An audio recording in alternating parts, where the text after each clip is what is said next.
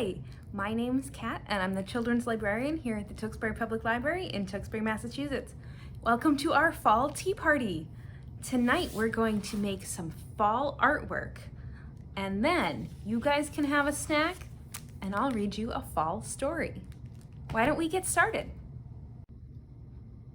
For tonight's craft you need a piece of brown paper, a piece of blue paper, crayons, scissors, and a glue stick, some paint.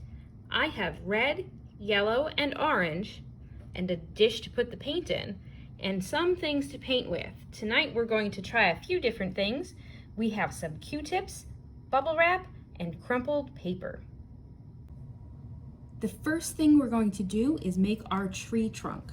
So I have my hand on this piece of brown paper here, and I'm going to take a crayon and trace the outside. I've got my fingers spread nicely apart so we have some branches for our tree, and your hands will be much smaller than my hand, but that's okay. It can be any size you want it to be. All right, and now that I have that all traced, I can cut that out and we will have our tree. All right, my hand is cut out and I put some glue all over the back of it. I'm gonna turn it over, sticky side down, put it kind of right in the middle there with the trunk all the way to the bottom, and push, push, push. Now I have a tree trunk. I'm also going to take some other colors and just draw some little lines up and down real quick to make it look like I have some texture on the tree bark here. We're going to be doing a lot with texture tonight.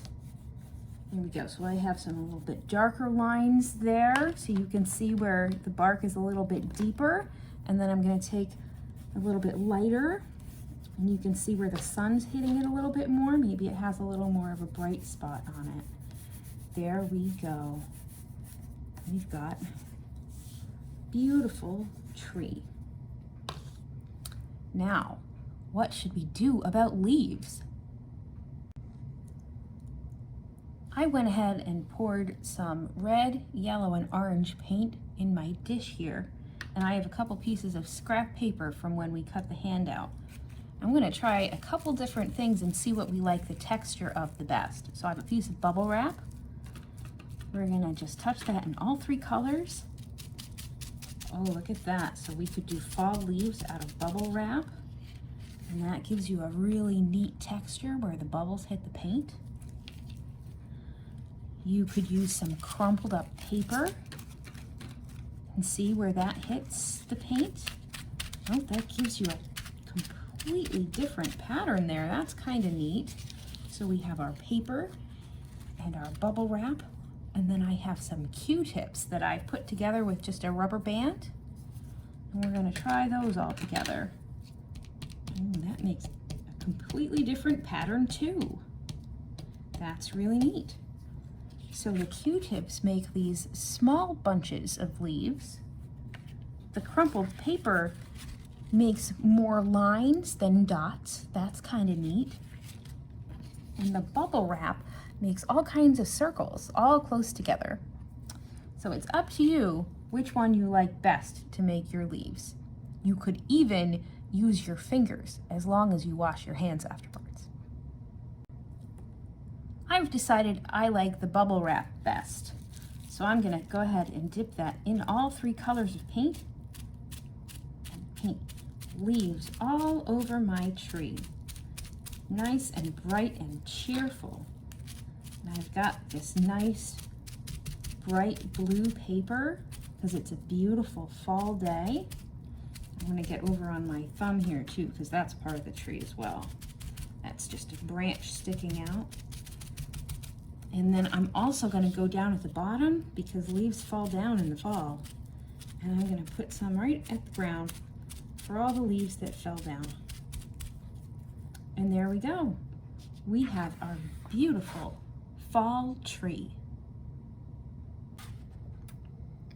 Our artwork looks really beautiful. I am so proud of us.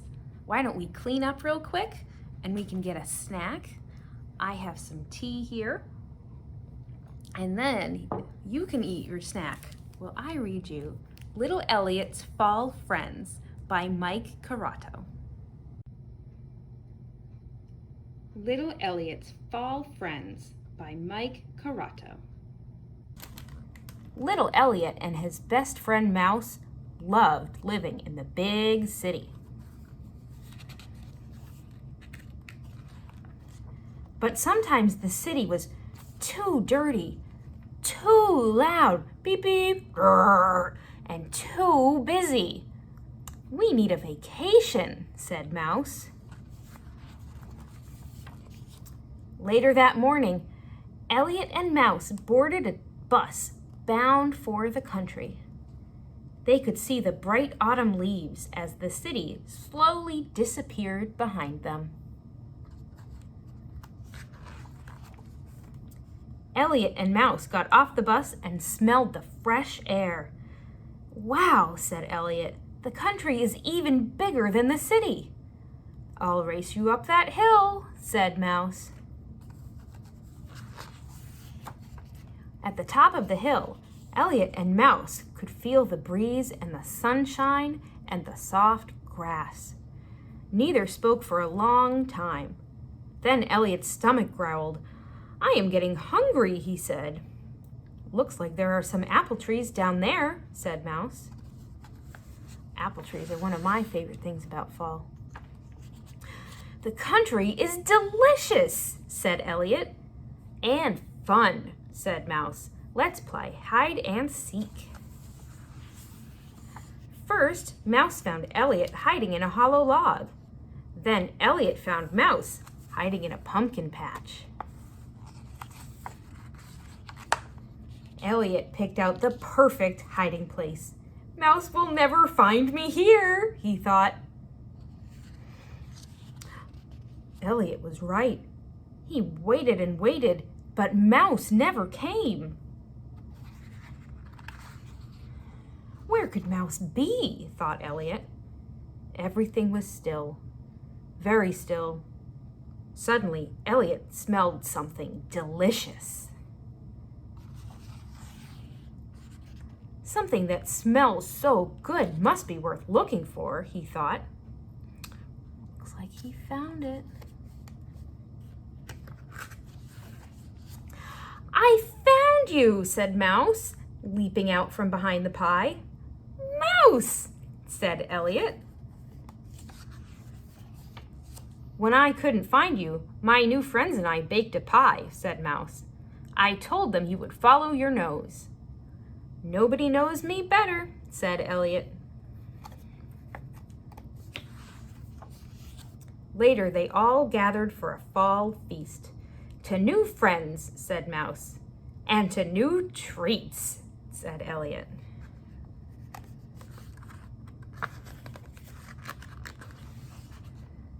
That night, Elliot and Mouse nestled into the hay and took turns naming the stars until both fell fast asleep. Oh, look, they can even see themselves in the stars. The end. What a great story! I hope you liked it as much as I did. You can follow the Tewksbury Library here on YouTube to see more great programs like arts and crafts and science experiments, and you can follow us on Facebook, Twitter, and Instagram at Tewksbury LIB to see all kinds of cool stuff that we have going on.